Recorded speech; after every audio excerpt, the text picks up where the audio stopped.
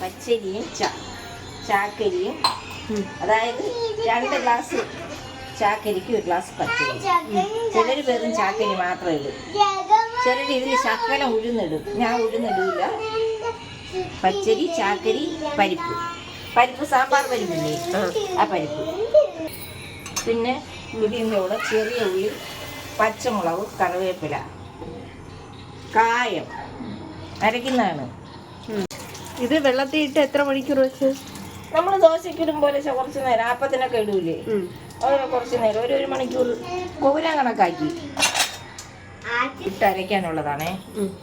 എത്ര പച്ചമുളക്? ഇതിപ്പോ അരി എത്ര എടുത്ത്? 2 നാഴി ചാക്കരി, 1 നാഴി പച്ചരി. അതിന് എത്ര മുളക്? മുളക് അങ്ങനെ വേണ്ട, നമ്മൾ എരിവ് എത്ര ഉണ്ട് ആവശ്യത്തിന്. നമ്മൾക്ക് ആവശ്യത്തിന് എത്ര ഉള്ളി കുറച്ച് ചേർക്കാമെങ്കിൽ കുറച്ച് ചേർക്കാം, ഇച്ചിരി കൂടുതൽ ചേർക്കാമെങ്കിൽ കൂടുതൽ ചേർക്കാം.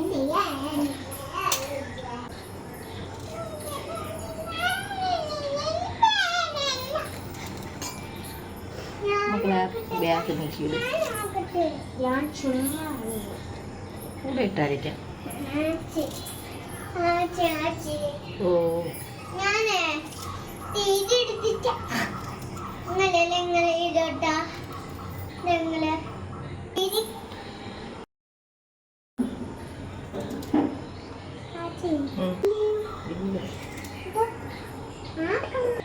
ഉള്ളി എത്ര ഇട്ട? ഉള്ളി ഒരു 100, ഒരു 10-20 വരും. കൊച്ചുള്ളി. കൊച്ചുള്ളി പൊട്ടിപ്പോകും മക്കളെ. കറിവേപ്പില മണം 2 തണ്ട്. എന്നിട്ട് അവസാനം വേണമെങ്കിൽ 5-6 വേണേ നുള്ളി അതിലിടാം അതിന്റെ മുകളിൽ. പിന്നെ കായം താണ്ട, ഇച്ചിരി കട്ടക്കായ എടുത്തോ. അയ്യോ പൊടിക്കല്ലേ. കട്ടക്കായം അത് ഒരു മണത്തിന് വേണ്ടിയിട്ട് ഒരു 2-3 കഷ്ണം. നല്ല കായമാണെങ്കിൽ നല്ല 2-3 കഷ്ണം വേണ്ട, അത് ഇതിലൊഴിക്കണം. കൂടെ ഇട്ടോ അരയ്ക്കും.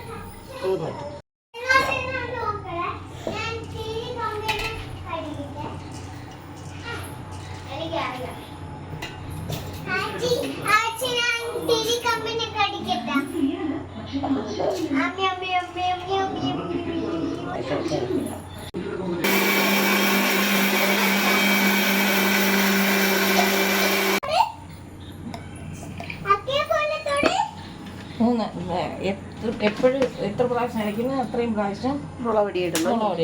അപ്പം അതിൻ്റെ കൂടെ അരയ്ക്കുമ്പോഴത്തേക്കും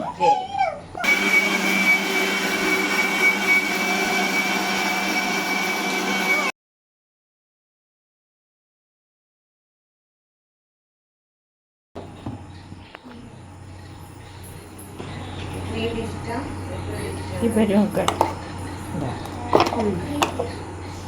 സ്മൂത്ത് അല്ല, നല്ല അരയ്ക്കരുത്. ഇച്ചിരി ചെറിയ തരി വേണം.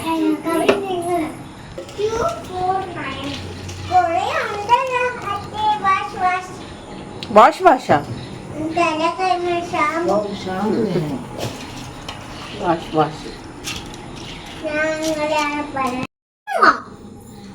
എവിടെ ആച്ചി അരക്കണത്?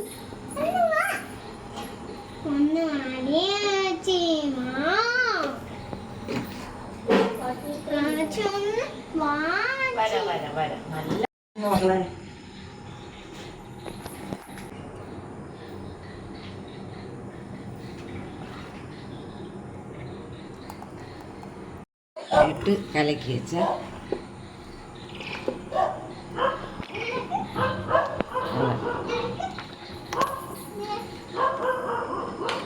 ഇതാണ് അടയുടെ പരുവം. കണ്ടോ?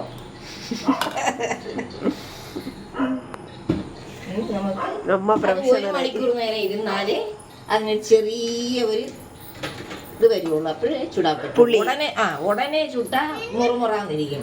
അതുകൊണ്ട് കുറച്ചൊരു 1 മണിക്കൂർ ഇരിക്കുമ്പോൾ അതിന് ചെറിയൊരു മാറ്റം ഒരു സോഫ്റ്റ് വരും. അത് നമുക്ക് ചുട്ട് ചൂടോടെ കഴിക്കാം.